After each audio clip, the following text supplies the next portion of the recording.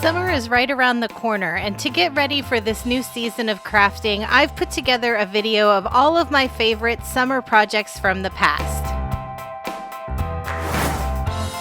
I saw this really cute sign on the Hobby Lobby website, and I knew I wanted to try to recreate it using items from the Dollar Tree. I grabbed one pair of flip-flops and two of these long signs from the Dollar Tree. The signs have these little seashells on the front, but they were pretty easy to just pop off. To turn my two signs into one big sign, I lined the two edges up, and I'm using some painter's tape just to temporarily hold them in place. Then I took some craft sticks with some hot glue and I glued those right along the seam where the two signs met. Now on the back side of the two signs, which is now the front side of our one big sign, I took some of the spackling that you can find at the Dollar Tree, and I'm just using a craft stick to apply it all over that seam where the two signs meet. And you can see I'm kind of rubbing a pretty thick layer on, and then I'm using the edge of the craft stick to remove the excess. I also used the spackling to fill in the holes that were on both of the sign. While my spackling was drying, I went to work on the flip-flops. I wanted to change them up a little to make them a little bit fancier, so I'm just using scissors to cut away the little plastic part that already comes on the flip-flops. Next, I took some of that nautical rope and I folded a piece in half, and I moved the folded end through the top hole of the flip-flop and held it in place with some hot glue. And then I went down towards the bottom of the flip-flop and I fished one end through each of the bottom holes to mimic that same plastic piece that originally came on the flip-flop, but now it looks like a rope flip-flop. I debated whether I wanted to put bows or flowers on my flip-flops, but in the end I really liked these white flowers, so I decided just to hot glue one to each of the centers of the flip-flops. Now that the spackling was nice and dry on my sign, I went in with the Plaster Color by Waverly and I gave the entire surface one really thick coat of paint. To give my sign a weathered look, I went in with the Mineral Color by Waverly and I dry brushed over the edges of all of the sign, and then I just lightly dry brushed over the surface. Next, I put my flip-flops towards the left-hand side of my sign, and I kind of put one up slightly higher than the other, and I used some hot glue to secure them in place. I used my Cricut to create the decal for this sign, and I did use two different fonts. I kind of mimicked the fonts that were on the Hobby Lobby sign, and I was able to size it bigger because the Hobby Lobby sign is actually a really small sign, so this is a nice big piece of decor. And I like to use this transfer, it's like a paper tape almost. I get it from Expressions Vinyl, and it's really great for when you're putting it on a painted surface because it won't lift up the paint. As a final embellishment, I found this really cool nautical rope at the Dollar Tree this year, and I decided to outline the whole thing with this rope. So I tucked the one end under the one flip-flop, and I kind of wanted it to look like it was kind of swirling around the whole sign. So I would kind of loop it out, add a little hot glue, tack it in place, and then when I would get to another spot, I would kind of billow the rope out again and just tack it in place until I had the whole sign outlined.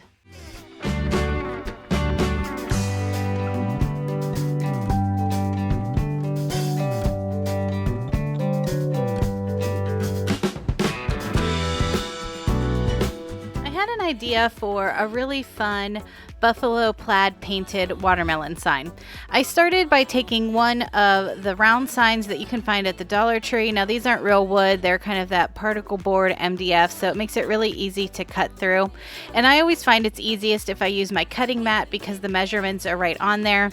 So whenever I'm cutting through these particle board type signs, I always take my utility knife and I just apply light pressure as I'm establishing my line, and then once I have the line in place, then I can go back through and press a little bit harder. But I find it's easier if I go over it several times rather than trying to cut through it like in one or two strokes.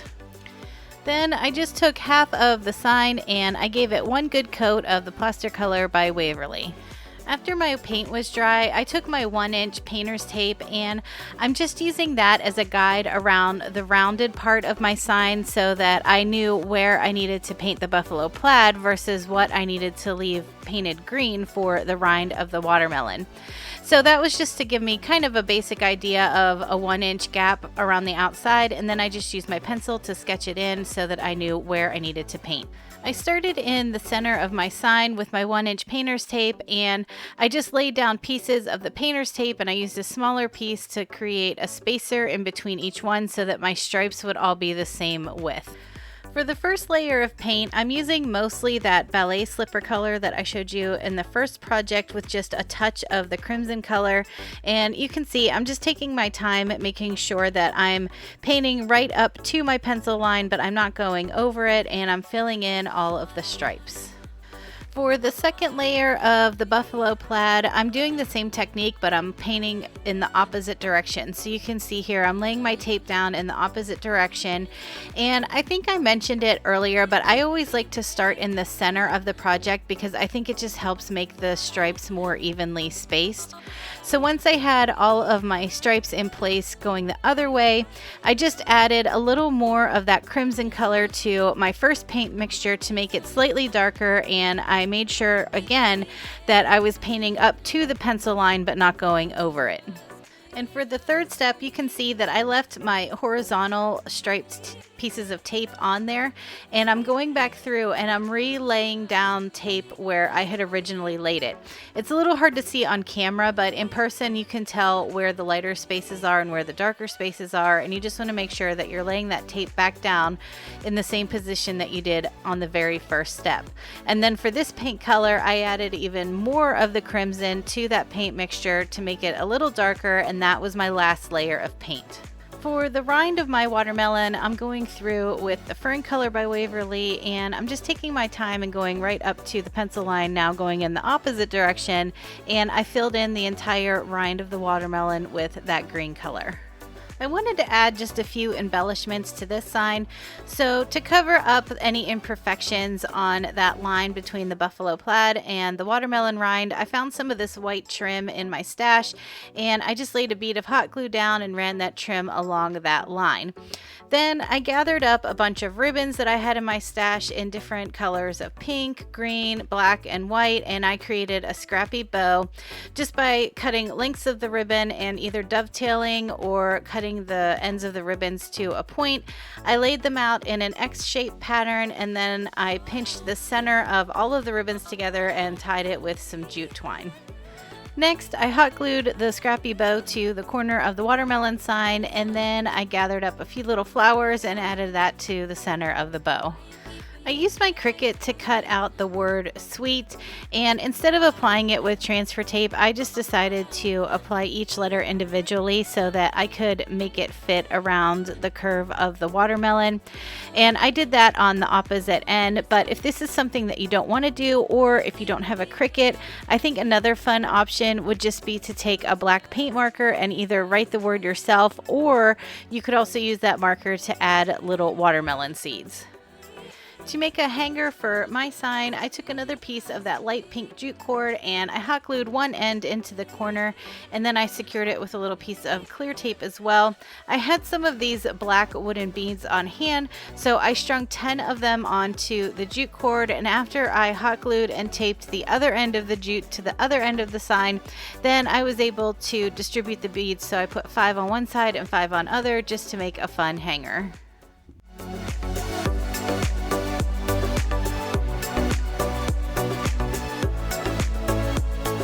Have you ever seen these bath mats at the Dollar Tree? They're a little on the small side, but I've seen other creators make pillows out of them, and I thought with a few extra embellishments, they would make a great nautical inspired pillow. For each pillow, I grabbed 2 bath mats, and the only other things I'll need are some jute twine and some nautical rope. Before I got started working on the pillow, I did wash and dry the bath mats first because they do have a little bit of an odor to them, and they also shrink quite a bit in the wash, so I wanted to make sure they shrunk before I started working on them. For the embellishments for my pillow, I made 4 tassels out of the jute twine, 1 for each corner of the pillow, and I used my sanding block to wrap my twine around several times, and then I tied it in the center with another piece of jute twine. I cut the jute twine on the opposite side of the sanding block down the center, and then I took one more piece and about 3/4 of an inch down from where I had knotted the first piece, I wrapped it around a couple times and tied it in place to give it a finished look. Then I repeated that 3 more times so that I had a total of 4 tassels. Next, I took one of the bath mats and I laid it face up. So the side that you're seeing here is the side that's going to be on the outside of the pillow. I took one of my tassels and I used a little hot glue in the corner, and I made sure that the tassel was facing in towards the center of the pillow. Now I know that seems a little weird because this is going to be the outside of the pillow, but you'll see why I'm doing it this way in just a few minutes. And I did that in all 4 corners. Like I said, I added a little dab of hot glue to the corner, and then I made sure that my tassel was facing in towards the center of the pillow. After all 4 tassels were glued into place, I took my second bath mat and I laid it on top of it with the side that I don't want to show facing up. So this way I have both of my right sides facing together in towards the center. And I started hot gluing it on the bottom. I started close to the middle, but not quite in the middle, and I worked my way out to the edge. And then I left a fairly large gap in the center of the bottom, and I added hot glue to the rest of the pillow. And then I repeated that on all 3 sides, but I made sure that I glued all 3 sides completely together. I just wanted a gap on the bottom so that I would have a space where I could add my stuffing. And I am using the Gorilla Glue hot glue sticks. I always have those linked in my description box. I've had really good luck in the past when I've made pillows out of things using these glue sticks. I've even washed them before. I just make sure that I set my washer on cold, and the glue seems to hold up really well. Now, one thing I will say is after you have all 4 of your sides glued together, you want to make sure that the glue is really set up and it has cooled down completely before you move on to the next step. Once my glue was completely set up, then I was able to move on to turning the pillow to have the right side out.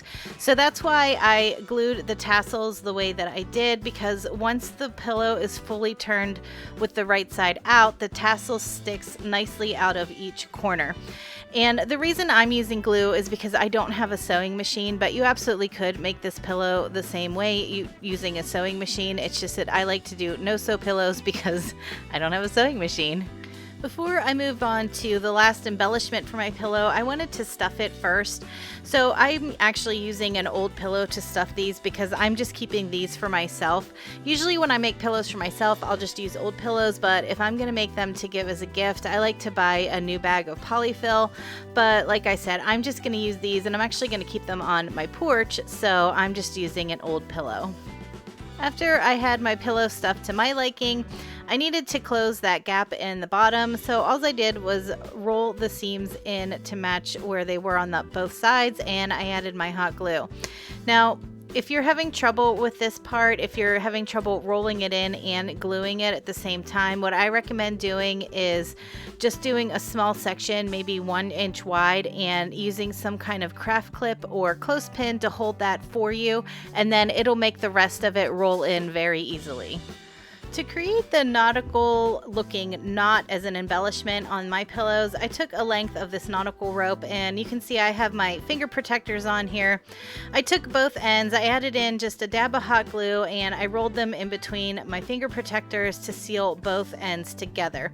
And I wanted 2 knots on my pillow, so I needed 4 lengths of rope altogether. To create the decorative knot, I laid 1 loop out on my work surface, and then I laid the other loop on top of it, overlapping it slightly. So you can see I have 1 loop facing to the right and 1 facing to the left. Then I picked up the left hand side of the left loop and I pulled it through the right hand loop, and it formed this sort of figure 8 knot. I'll show you again one more time. So I have my loop facing to the right, and then I laid my loop facing to the left. I picked up the very left side, went underneath, grabbed the bottom loop and pulled it through, and that formed my little knot. The last thing I needed to do to finish my pillows was just place my knots on the front. So I found a spot where I liked it, and I want to put 2 on my pillows. I added just a dab of hot glue and glued it on the front, and then on the back I cut off the excess lengths of rope and I just glued it in place. And then I repeated that on the other side of the pillow as well.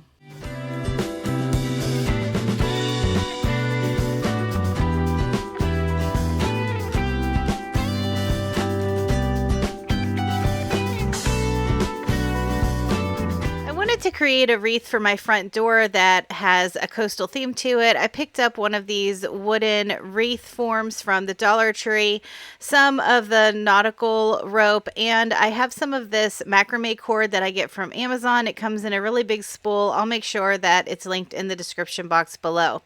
I started by cutting my macrame cord down to 8-inch pieces. I found it easier to start with a 16-inch piece, fold it in half, and then cut it down to the 8-inch length. Once I had a pretty big pile of those 8-inch pieces cut, I started by taking one of them, folding it in half, pulling the loop through the center of the wreath base, and then pulling the ends through that loop. That creates a slip knot around the wreath base, and I just continued doing that until I had the entire wooden ring full of the slip knots of the macrame cord. As I continued filling up the wreath form with the knots, I just made sure that every time I added a new piece of cord, I went in from the same side so that all of the knot side of the 2 strings would be on the same side, if that makes any sense. I wanted to make sure that the indentation side of the knots was always facing upward towards me. After the wooden ring was completely filled with the knots, then I went in through with that nautical rope. This is the blue and white twisted nautical rope. They do sell regular jute colored nautical rope at the Dollar Tree too, but I like this one because it fits in with that coastal theme. And I just ran a bead of hot glue along the indentation side of those knots, and I covered that little space up with the rope. I think this wreath looks good as is with just the rope around the center, but I wanted to add a few embellishments to mine. I grabbed a few picks of greenery, a few pieces of ribbon, and some seashells. Most of these things I got from the Dollar Tree. I wanted to keep mine a little simple, so I kept most of the decorations towards the bottom of my wreath, but this is where you could let your style kind of come into play, and you could add shells the whole way around or add different types of bows or greenery. Whatever you like, this is the perfect base to decorate with.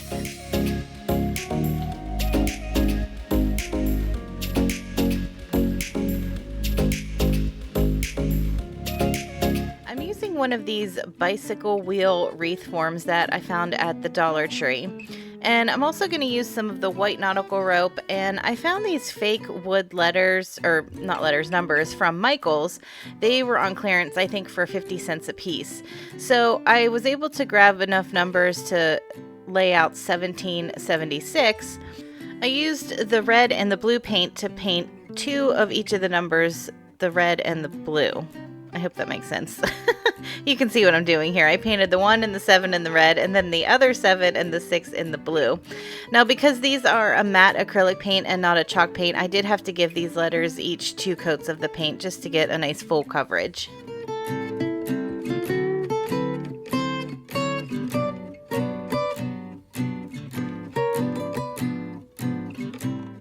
While my numbers were drying, I took 2 packs of this white nautical rope from the Dollar Tree, and I found the center of each of the ropes. I think these ones were 11 feet long. So I took some painter's tape and I wrapped it around the center and I cut it, and that was just to help hold the ends together.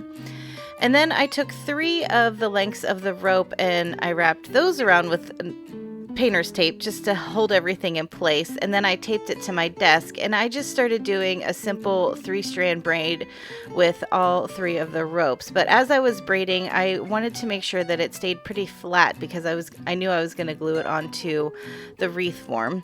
And you can see I just kind of wound up the ends to make it easier to braid because these lengths were pretty long.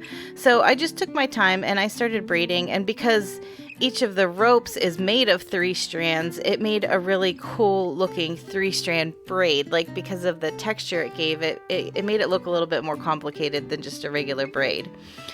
So next I took the wreath form, and everywhere that the spokes met the outside ring of the wreath, I just hot glued it to the back of the braid. Now what made it easy is because you could see where the center of the braid was. So it was easy to keep the braid actually centered on the wreath form.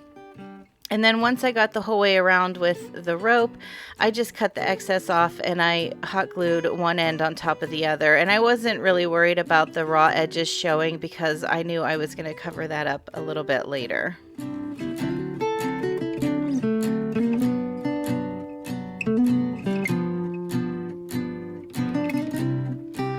So to cover up those raw edges, I found this really cool Patriotic ribbon from Michaels, and I just created a simple, I guess there's probably 6 loops on this bow, and I just used some jute twine to tie it onto the wreath form. I did use a little bit of hot glue too to keep it in place.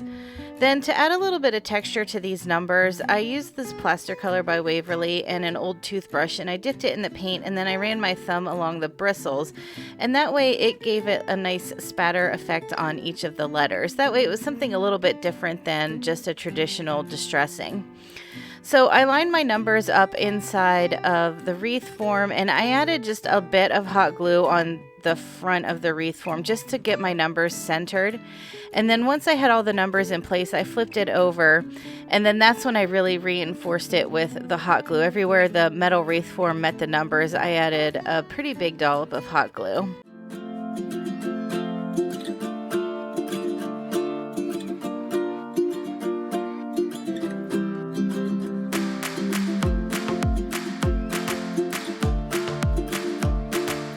Way to add a pop of color to your front porch or patio is to use some really colorful planters, and they always have such a great selection at the Dollar Tree. And the planters are nice too because they're easy to add a little bit of embellishment to make over. I grabbed a few of these planters that just have the ridged lines on it, and I picked one out in blue because that matches a lot of my furniture on my porch, and I wanted to add some texture to the outside.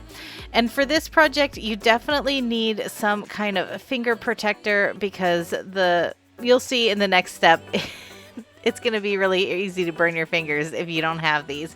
And they do have these at the Dollar Tree as well. For the design I had in mind for this pot, I wanted to create loops out of jute twine and then form them into a figure 8. So I started by measuring how long of a piece of jute I would need to make the loop on my planter, and in this case it was about 10.5 inches. Now that I have my finger protectors on, I took that 10.5 inch length of jute and I added some hot glue to one end, and then I rolled it in between my fingers. And that's why I said you really need those finger protectors, because you would definitely burn your fingers otherwise. And that forms a continuous loop out of the jute cord. You won't see any knots. And then once I twist it in the center, it forms that figure 8. So I just continued to cut lengths of jute cord that were about 10.5 inches, and I kept gluing them and making a figure 8. And I'm showing you here, I started out with a thinner jute cord and then I switched to a thicker one, and I'm doing the same technique. It worked the same whether it was the thinner one or the thicker one.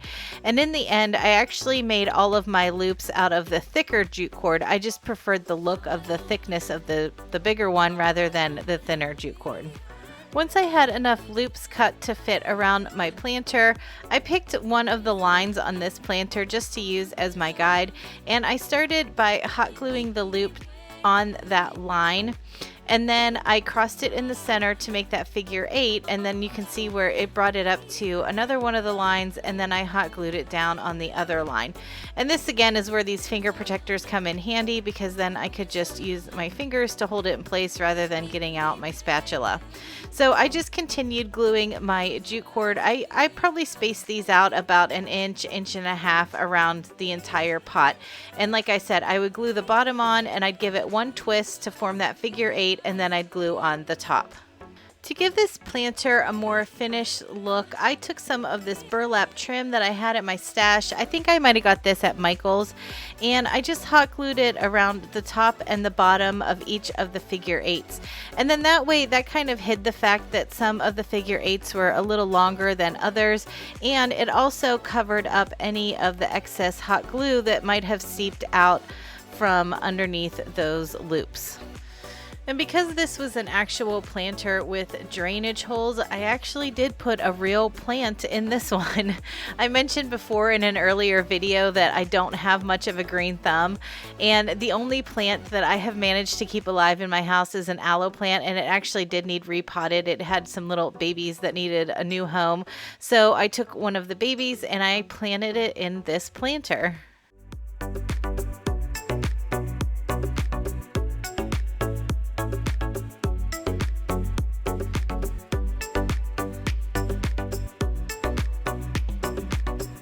Dollar Tree always carries tag-shaped signs, and I'm always drawn to them. I seem to have an overabundance of them.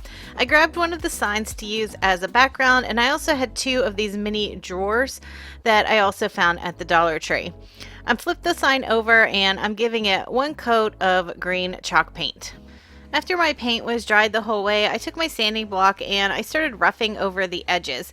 I wanted it to have a worn look, but I didn't want that distressed look that you get from paint, and because this is a wood sign, I knew that if I sanded off a little bit of that paint, some of that wood would show through to give it that distressed look that I like. Using my ruler, I found the center of the sign, added a pencil mark, and then I also found the center of the backside of the drawer. And I ran a pencil line the whole way down the backside of the drawer so that when I went to glue it in place, I would have a guide. I could just line up the two lines and I would know where I needed to glue my first drawer.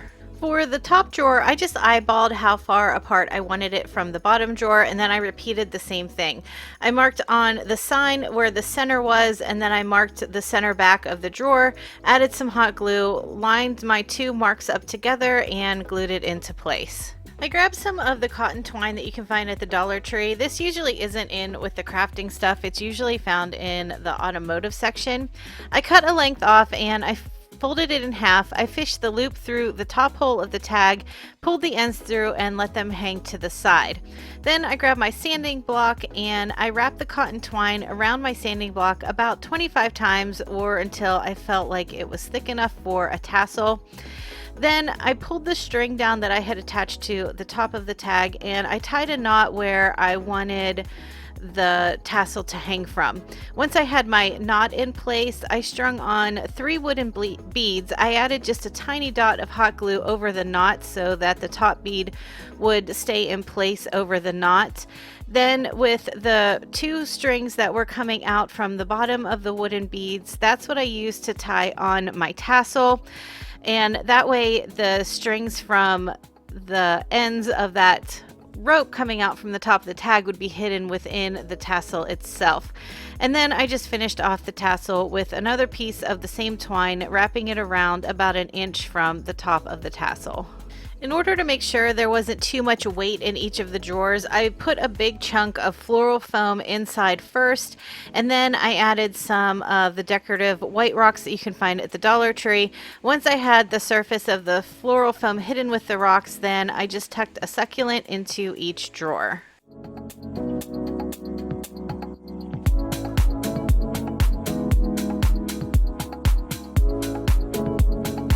Tree has these really cute watermelon tablecloths out right now, and I love the design of them. I love that the watermelons look like they're made of watercolor, and because these are so big, you can see this one's an oval 52 by 70 inch.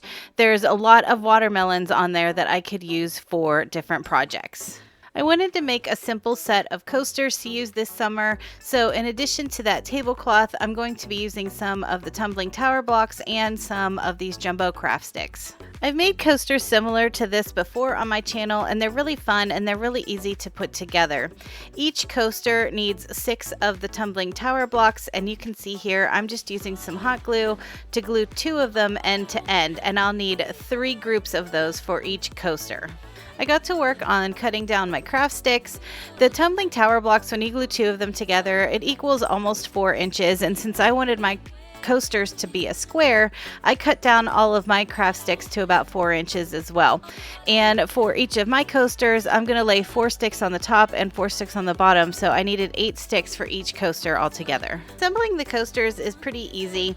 I started by laying out one of the craft sticks that I had cut down, and on the one end I glued down one of my bundles of tumbling tower blocks, and then I did the same on the other end, and then I was able to eyeball where the middle set of tumbling tower blocks could go. Then after I had those 3 in place, I could just flip it over and glue down my other 4 sticks on the top, and then glue the 4 sticks on the bottom as well.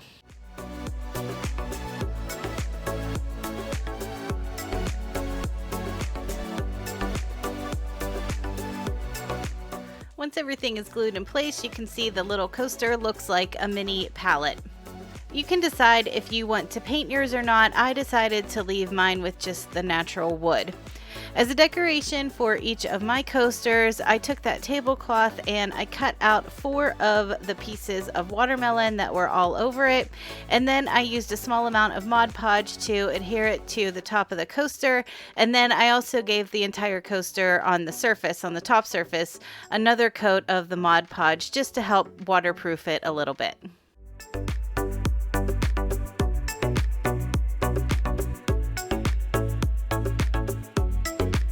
Looking for more storage in my house, and reusing cardboard boxes is a great way to do that.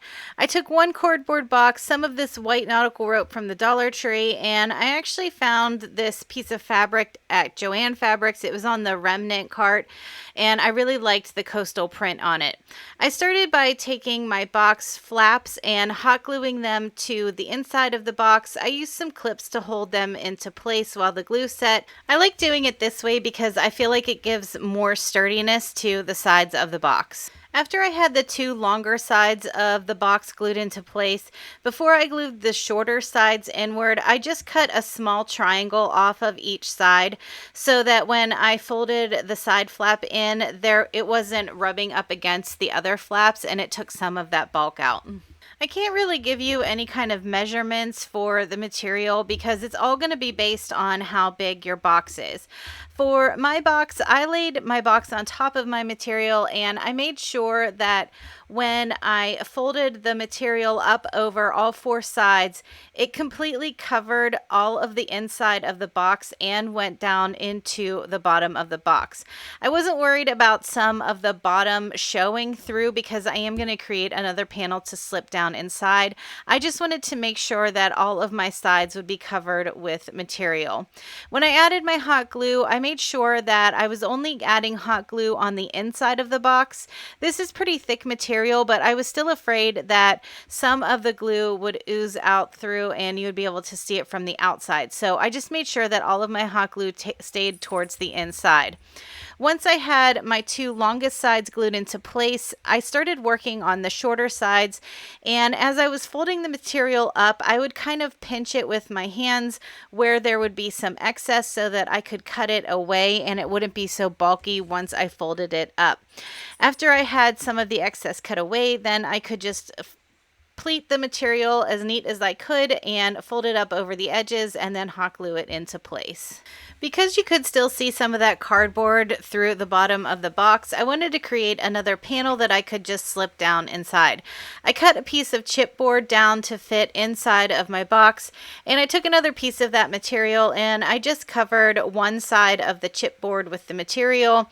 I did the same thing where I would glue both of the longer sides in. I would cut out a little bit of excess material just to make sure there was no bulk in there before I folded the shorter sides towards the middle of the chipboard.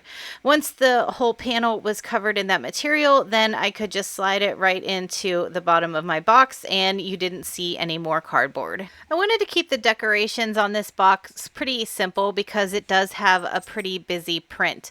I started with 2 lengths of the nautical rope that I folded in half, and I laid one piece of rope out so that the loop was facing to the right. I took the other length of rope and I pulled the 2 ends through the loop, and then once the loop was almost the whole way through, I pulled the ends of the left loop through the second loop. I know that seems a little complicated. I'm going to do it a second time so you can watch it again, but it's pretty easy and it creates a pretty simple knot. Of course, you don't have to do this knot at all. You could just create a regular bow with the rope, and I think that would look cute too. Once I had my knot tied, then I took the longer side of the box and I hot glued the knot into place first. I went around all of the edges and I just added hot glue on the corners because I didn't want to run the risk of any of the hot glue seeping through the rope and you being able to see it through the ropes. So I would just add a little bit on the corners as I was going around and pulling it tight. Once I got to the back side, I cut the excess length of rope off and I added some hot glue and pinched the ends together. I knew that I would keep this box where you wouldn't see those unfinished edges, but if that's something that bother you, you could always cover that up with another piece of decoration.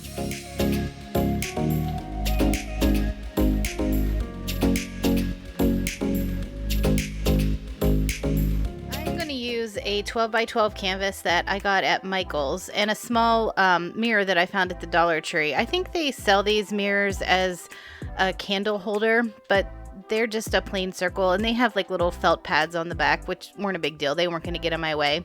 So I always start by cutting the canvas off of the frame, and then I gave it a good coat of this antique wax by Waverly, and once I had the whole frame painted with the wax, I used a baby wipe to wipe off the excess. That way it really helped the wood grain show through on the frame.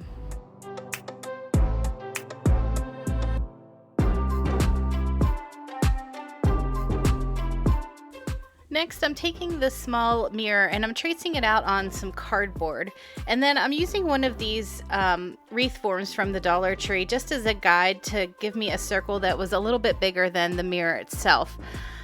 This was the only thing that I had on hand. You could use a plate or anything that would help give you a little bit larger of a circle than what the mirror is. And then I used my utility knife to cut out the circle, including the inner circle, because I needed the ring. So I took some of the nautical rope from the Dollar Tree and I started by gluing a row of it along the inside part of the cardboard ring. And instead of just winding it around and around, I decided to cut the rope off at each ring. That way it would stay a little bit more symmetrical, because if you would just keep winding it, you would have one side that would be one row longer than the other side. So once I had my first row in place, then I kept doing that, and I made sure that I lined the seams of the rope up in the same spot. And I ended up doing 4 rows altogether. And once I had all 4 rows of rope laid down on the cardboard, there was just a little bit of extra cardboard, so I went back through with my scissors and I just trimmed that off. And I wasn't too worried about where you could see the seams from the rope because I knew I was going to be covering that up with some burlap ribbon later on.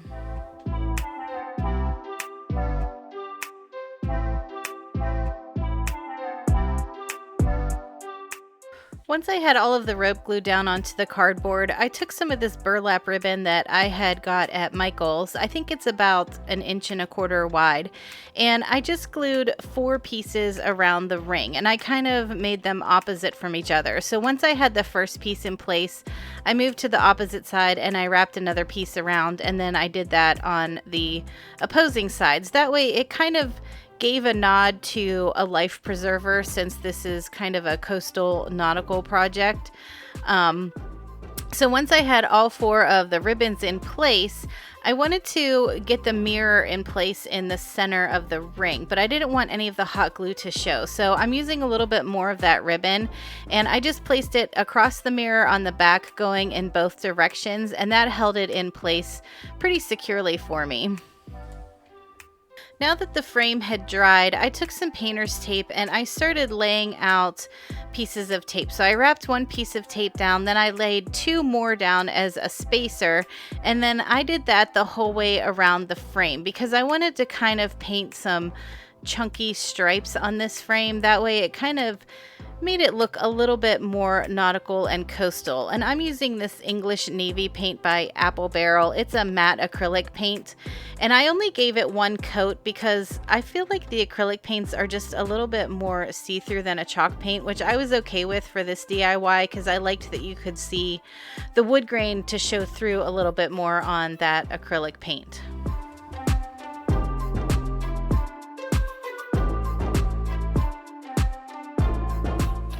Once I had pulled the painter's tape off of the frame, I used my sanding block and I sanded it pretty hard around the frame because I really wanted it to have that like weathered look, since this was going to be coastal. And then I realized I forgot to paint the craft sticks that I need to attach it to the frame. So I used 2 of these giant craft sticks from Walmart, and I did the antique wax on those as well, and I cut those in half. And then I was able to lay my frame down and lay the mirror down in the center. And then I kind of used the ribbon pieces that I put on the back as a guide, and I just laid my sticks down across the ribbon and the frame, and that is what I used to attach the 2 pieces together. And then once I had all of the sticks in place, I did go back through and I added a little bit of hot glue over the top of the sticks where it connected to the back of the mirror and the back of the frame, just to make it look a little more secure.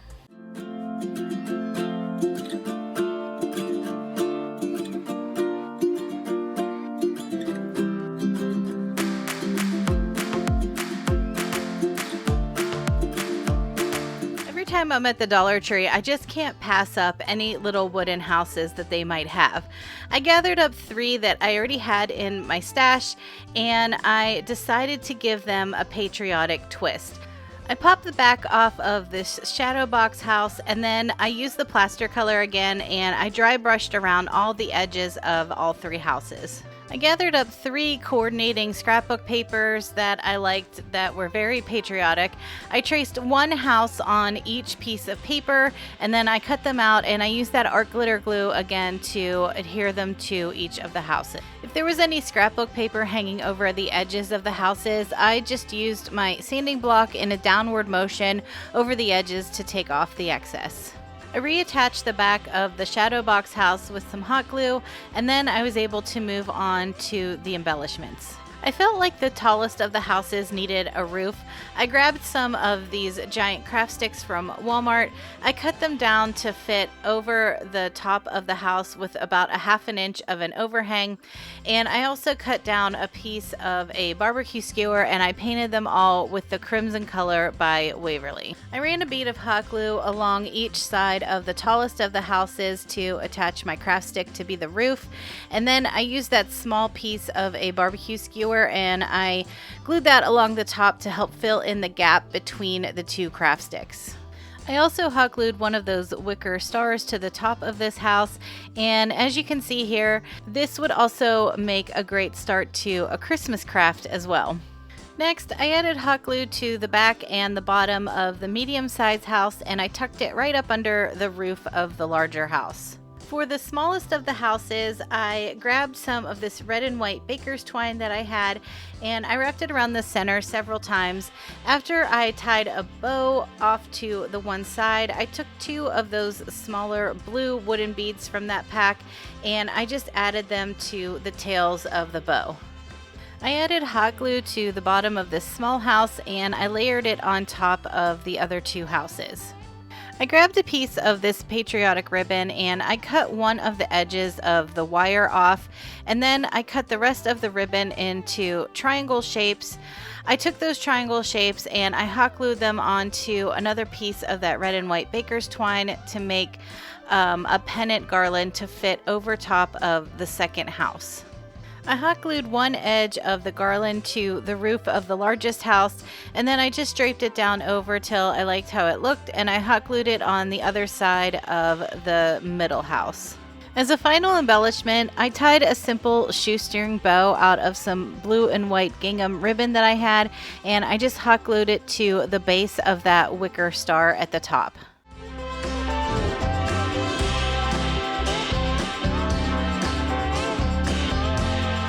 This really cute planter on the Target website, and I really liked how it had the face on it and the cute little design on the bottom, and I knew I wanted to try to recreate it for myself. I went to the Dollar Tree and I grabbed one of their bowls. They have these in all different colors and patterns, and a little glass also that fit well on the bottom of the bowl.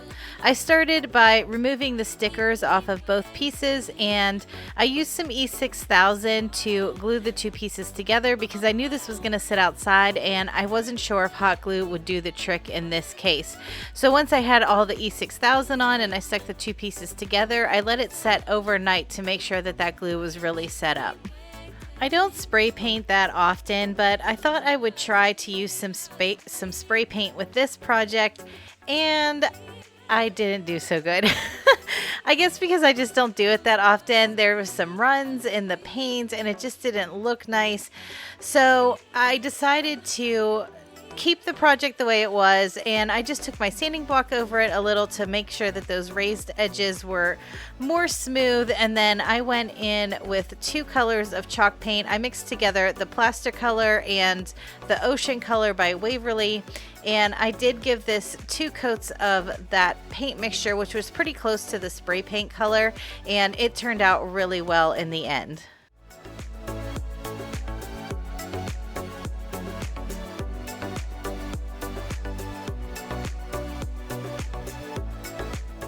I decided to use my Cricut to make a decal for the face for my planter. If you're really good at hand drawing, I think that this would be an easy way to show off those skills, but I did not feel confident in my face drawing skills, so I relied on my Cricut. And because of the shape of the bowl, because it was rounded in so many places, I just felt it was easier if I cut the face apart before I stuck it down on the bowl. And since it is chalk paint on the surface, the decal stuck really well to the chalk paint. The design on the original piece that I found on Target just had polka dots on the bottom, but I decided to change mine up a little. I went in with the plaster color and a smaller paintbrush, and I just started by drawing lines down vertically around the whole collar area of the planter. And because this is such a fun, quirky piece, I wasn't worried that my lines were uneven. I think that kind of just added to the eclecticness of something like this. So don't get too stressed out when you're doing things like this. They don't always have to be perfect. I think it adds a lot of character whenever there's a little flaw here and there in some of the lines that you're doing. After the white lines had dried on my planter, I went back in with the celery color, also by Waverly, and I'm using a very flat brush for this, and I'm just doing diagonal dashes in between each set of the white lines. And again, don't worry if this isn't too perfect, but if this is something that stresses you out, I think you could easily cut out lines and polka dots and anything else, any other kind of design you want to do on a Cricut, or you could use painter's tape and just paint or tape off the areas that you want to paint the lines in to get a nice crisp line. But like I mentioned before, I think this is such a quirky little piece that I actually kind of liked that the lines were a little uneven. To finish off my planter, I added just 1 square of floral foam to the center of the bowl. I tucked some newspapers around it just to fill in the gaps, and then I added some decorative rocks to the top, and I just tucked in 1 succulent.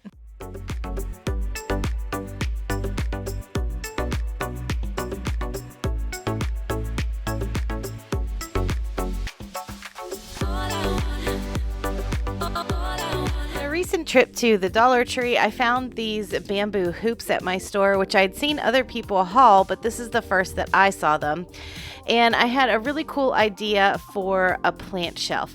So I needed 2 packs of these bamboo rings, and I'm only going to use the larger rings for this project, so I'll save the smaller rings for another time. And I also need a pack of these wall shelves that you can find at the Dollar Tree. There's actually 2 in a pack, but I only need 1 for this project as well. I decided to leave both of my rings and my shelf just the natural wood color that they already were because I liked how they looked. For the rings, I took some thicker jute cord. I get this one from Walmart. It's a little thicker than the stuff that you can find at the Dollar Tree. And I just added a little hot glue to the outside of the ring, and I started wrapping the jute cord until I had about 1.5 inches wrapped, and then I double backed on itself because I wanted to make sure that there was a thicker amount of jute wrapped around this ring.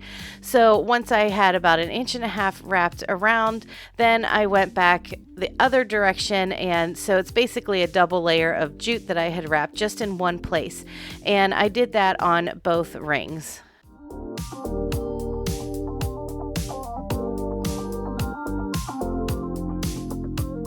Next, I used my ruler to find the center point of the two longer sides on the shelf, and I used a pencil to mark where the center was. I did my best to line the jute cord up with the center points on the shelf, and then I used a piece of painter's tape to tape the two top pieces of the rings together, if that makes any sense, because I needed the right angle before I could glue the rings to the shelf. I added a little hot glue, and I knew this would hold well because of the texture of the rope, which is one of the reasons that I actually used the rope on there. It added a little element of decoration, and it was also functional. So once I had them tacked in place with a small amount of hot glue, then I turned the whole thing over and I added more hot glue on the bottom just to make sure that it was really secure. So the key with this is after you get that hot glue on the bottom, you have to really let it set up before you can move on to the next step. I took the painter's tape off of the top of the rings, and I'm using another piece of that thicker jute cord, and I tied it around the two rings, and then once I cut off a little of the excess on the shorter tail, then I used the longer tail to wrap it around the top of the rings. It's kind of hard to see at this angle, but I did start off to one side so that once I started wrapping the jute down, then the whole piece of jute would be centered on the top of the rings.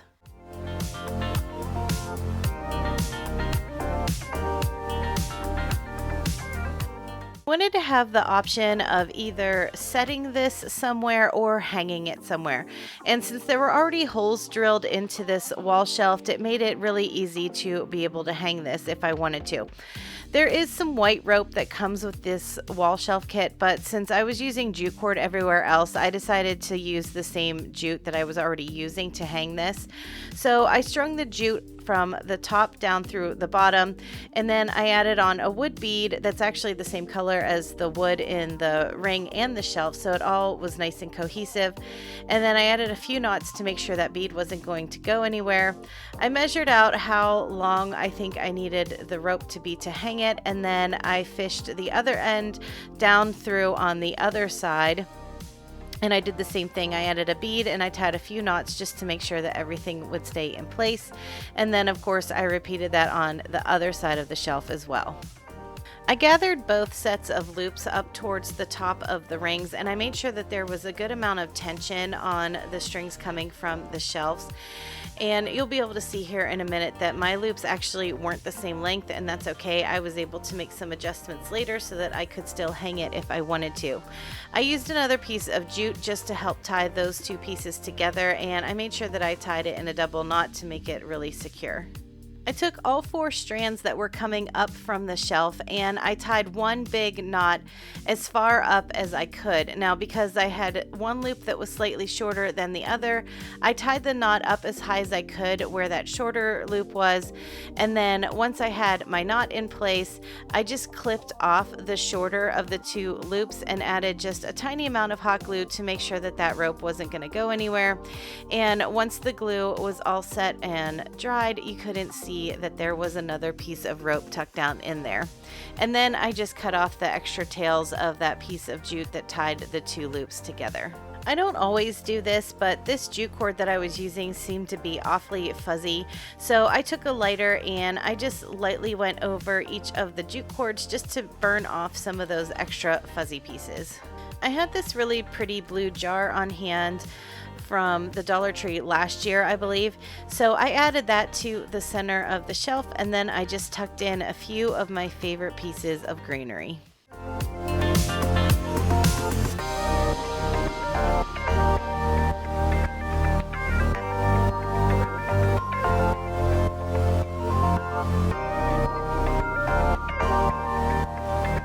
I saw this macrame wall hanging on the Target website, and I knew I could recreate it with Dollar Tree items. So I grabbed one of the round signs that they always seem to carry at the Dollar Tree, and I started by trying to find the center point of the sign and drawing a pencil line so that I could cut it. I had to get out my cutting mat to finally find the center because, as you can see, I had 2 other attempts there and I knew they weren't centered, but the cutting mat really helped me find the center in the end. So one tip I have for cutting through these MDF signs from the Dollar Tree is when you're using your utility knife, don't try to press too hard. Just use like maybe a medium pressure as you're going down and go down through it several times, and then you'll be able to start a groove with your blade, and then you can go back through and keep going lightly over that same groove. It's better to do it several times and then kind of crack it in half rather than trying to use the blade to cut through the whole thing all in one shot.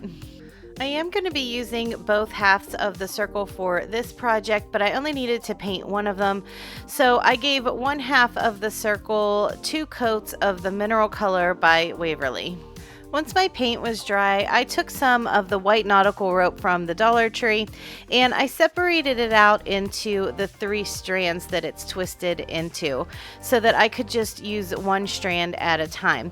Now, the circle that you're seeing here is the back side of the one that I had painted, and you can see once I had the 3 strands separated, I kind of fanned out the edges a little before I glued it down onto my sign. I cut my rope really long to start. It was way longer than what I needed. I think I ended up cutting about 20-inch lengths. But for the project that I'm doing, I really probably could have just did about 12-inch lengths. But whatever length you decide to leave your rope is up to you. If you want a little longer of a look, you could leave it as long as you wanted to. But in the end, it was actually a lot easier to use the shorter length, so I wish I had cut them slightly shorter to start. So once I had the first 2 ropes in place, I went ahead and I just continued the whole way across. I kept cutting lengths of rope, separating out the 3 pieces, fanning out the top, and gluing it towards the bottom of the half circle. Once all of the ropes were glued down onto the half circle, I ran another bead of hot glue across the top of the ropes just to make sure that there weren't any loose ends. And then I took the other half of the circle and I used hot glue on the side that had the print on it, and then I just laid it over top of the ropes and the other half circle. I needed to separate out the strands even farther on these ropes, so I started by hand and I just started untwisting them as best as I could just with my hands. And then once I had them untwisted as much as I could, I went back in with one of the pet brushes that you can find at the Dollar Tree, and I just started brushing out the individual strands that form the nautical rope.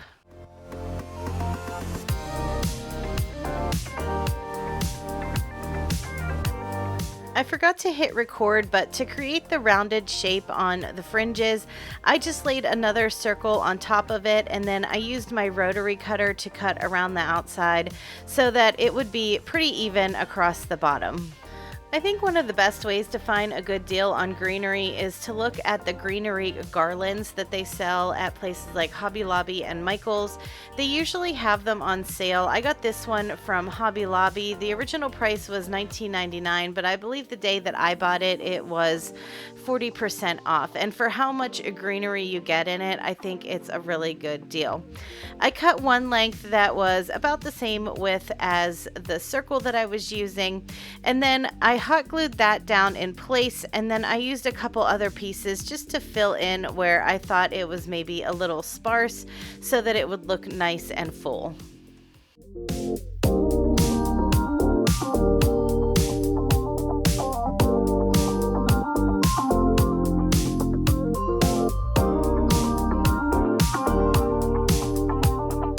Looking for ways to use up craft supplies that I already have in my stash. So for this project, I'm using some of these giant craft sticks, an old piece of art that I got from the Dollar Tree, and a wooden heart also from the Dollar Tree. I started by taking this square piece of art and I removed the hardware from the back, and then I used my utility knife to cut away the canvas design, and I wasn't worried about taking out the staples for this project because I knew they wouldn't be in my way. Next, I got out my paper trimmer and I cut my craft sticks down to fit my frame. I cut one first and made sure that it was a good length, and then I cut the rest of them the same lengths. Depending on what size frame you'll use, you'll have to take your own measurements to figure out how long you need your sticks and how many sticks you'll need for your piece. Now I could get to work on painting everything. I took my favorite color by Waverly, the plaster color, and I gave the frame one medium coat. I left a little of the wood show through here and there, but it wasn't just a dry brushing. It was a little more opaque than that. While my frame was drying, I got to work on the wooden heart, and because I didn't really have the perfect watermelon color that I needed, I decided to make my own, and I used mostly the ballet slipper color by Waverly, and I added just a touch of the crimson to it to deepen it up slightly. I set the heart aside to dry, and I got to work on the craft sticks. I started with the fern color, and I gave each of the craft sticks one pretty good coat of this color. Once that first coat of green had dried, I took the moss color, also by Waverly, and I dry brushed it with a smaller brush right down the center to sort of mimic the stripes that are on a watermelon. I also used the plaster color again to dry brush around the edges of the heart to give it a little more character. As a finishing touch for my watermelon heart, I took this black Sharpie paint pen and I used it to draw on some little seeds. The seeds that I drew on were teardrop shape, and I tried to turn them in different directions so it didn't look like it was all kind of uniform and going in the same way. I wanted it to look kind of sporadic and random.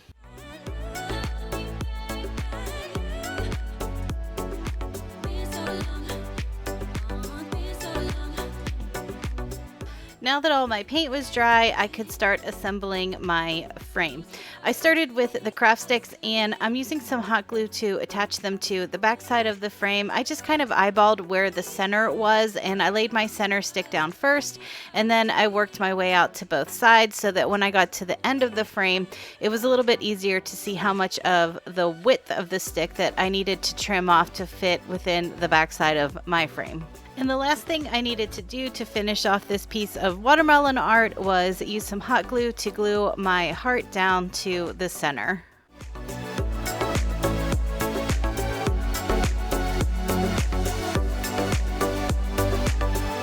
Easter time, the Dollar Tree had these really cute galvanized buckets that had little spring and Easter scenes on them. I had one left over in my stash, and I decided to paint it so I could make a patriotic flower display. I took some of this nautical colored chalk paint by Folk Art, and I was really careful to make sure that I didn't paint the lips at the bottom and the top of the bucket, and also the handle of the bucket. I wanted those to stay the metallic color, but I did have to give this entire bucket 2 full coats of this blue color. This set of window clings from the Dollar Tree is so cute, and it has such a cute farmhouse vibe to it.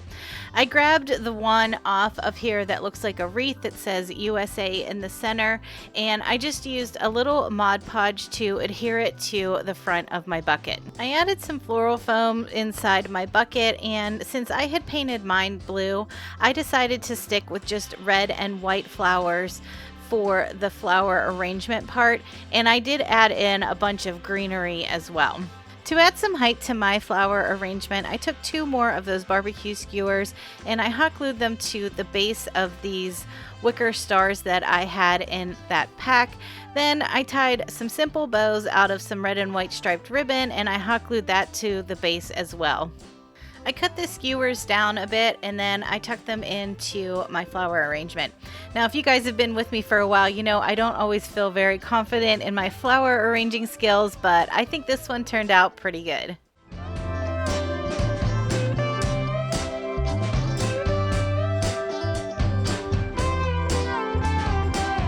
Several packs of these bamboo rings in my stash, and in one of the packs I had used the big one, but I still had the small one to use up. So in addition to that, I grabbed one of these larger pallets that I got from a Dollar Tree Plus section, and I'm going to use some macrame cord and some florals.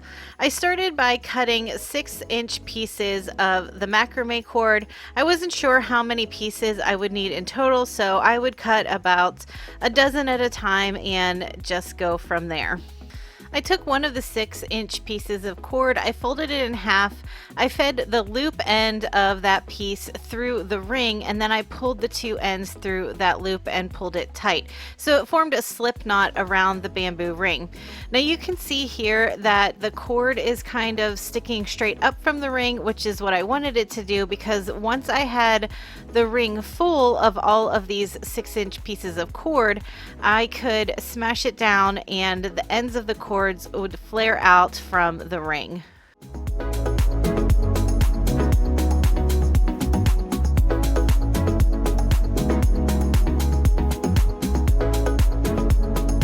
Now that all my cords are on my hoop, I just laid it flat on my work surface and flared all those little rope ends out. I used some hot glue on the underside of the ring to attach it to my pallet. I didn't feel the need to stain or paint my pallet. I liked the wood grain that was showing through on it, and I really liked the lightness and brightness of the cord with the lighter wood of the pallet. But this is where you could customize it to fit your style. You could stain or paint the pallet any color you wanted, or you could leave it plain and switch up the color of cord that you use to tie onto the ring. I wanted to keep the embellishment simple for this wreath because I really liked the flared look of the rope around the ring. So I grabbed 2 pieces of greenery out of my stash. I hot glued the 2 stems together, and I used a piece of clear tape just to secure it. And I curved the stems just a bit so it would match the curve of the ring. Then I took some thicker jute cord. This is the one I get from Walmart. It's a bit thicker than the one you can find at the Dollar Tree. I tied it around one end of the center of the 2 pieces of greenery, and I wrapped it around the center several times so that it would have a nice thick chunky look in the center. And then I just needed to hot glue it to the base of the wreath. To complete this project, I used another length of that same macrame cord, and I hot glued it on the back at the top to use as a hanger. I always like to secure my cords with tape also. It just adds an extra layer of security.